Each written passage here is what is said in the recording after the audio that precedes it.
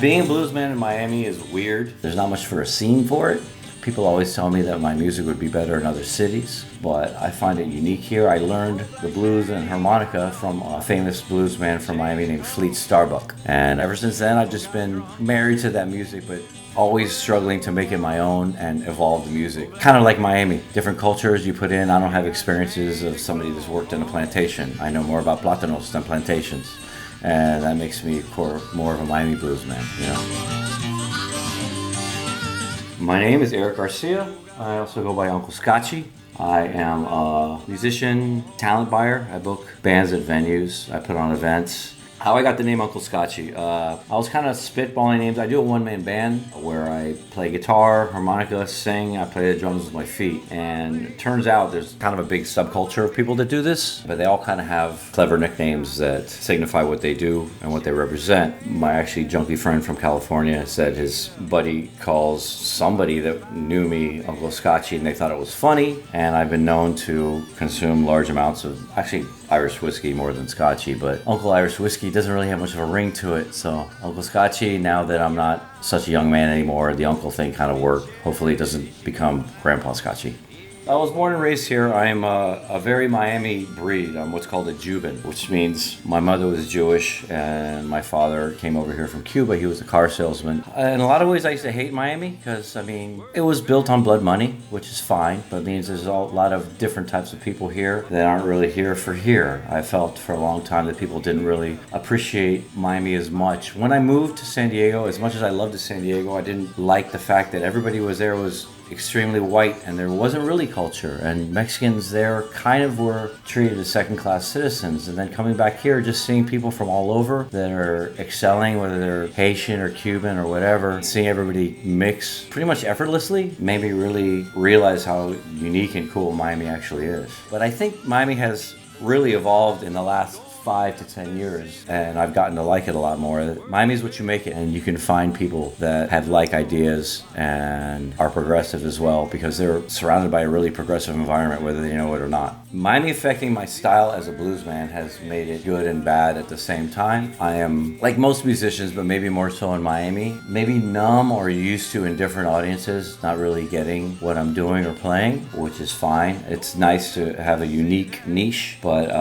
it is a music that actually has a lot of deep roots in Miami. It's about as far south as you get, but it's been a struggle to be a blues man in Miami, but I wear it as a badge of honor. How did I start doing what I do? I actually moved to San Diego for 8 years, between the ages of 24 and 32. My roommate was the lead singer for the most popular band in town, and I got him to play this little venue I was booking, and it became kind of a bit of a hit, and everybody wanted to play my little shithole. And then next thing I know, I started getting poached by bigger venues, and I kind of fell into that. And I don't know if you know or not, but a lot of musicians and bands don't trust venue owners and bookers, but I also am a musician, so I was able to straddle both sides of the fence, and I brought that with me to Miami, and I've been doing it ever since, putting on a lot of shows that people don't even know what I put on. No, I was a stage manager for Miami Beach Pride for a couple of years, and as a stage manager for Pride, I was the only one out of 99 people on the staff that was straight, so they call me Token Straight. Token, so glad you're back this year.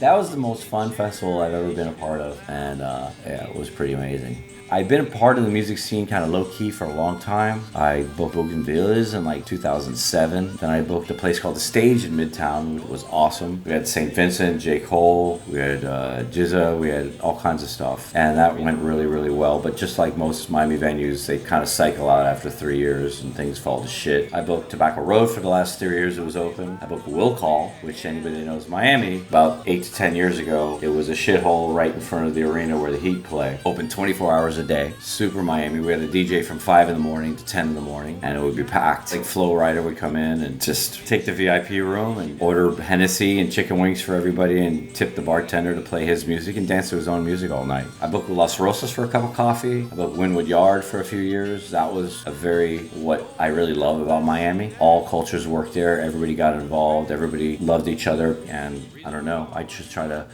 It's not the kind of job that you get in the classifieds. You kind of have to know people in Miami and know the other bands. And Miami has an interesting music scene that could be a whole different piece.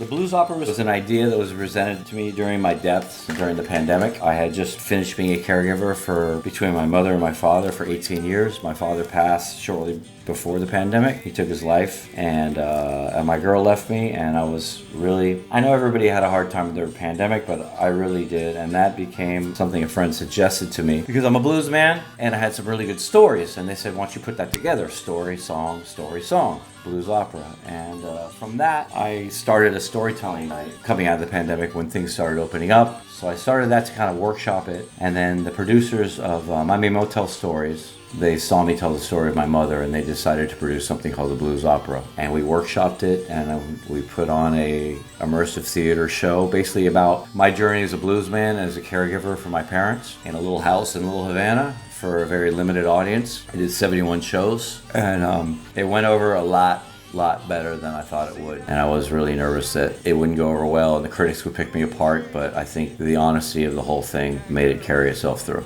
How I want people to remember me. Memory is a funny thing for me. As you know, my mother had early onset Alzheimer's. Dealing with that was really difficult. So the issue of memory in a lot of ways is kind of irrelevant to me. It doesn't really matter how people remember me. I would like to think personally what I did when I'm gone, whether I know it or not, would be something that I would like to speak of, whether people remember me or not. I eventually would like to use my music as a platform, but start a not-for-profit called Remember Me that really gives assistance to caregivers that take care of their parents with Alzheimer's. Because a lot of times you feel super forgotten by everybody else. Even your parents don't remember you, but they need assistance too. And that's something that I'm really focusing now that I'm trying to write a bigger, better blues opera that really carries the message of both the music, the culture of Miami, and taking care of your folks, whether anybody knows it or not.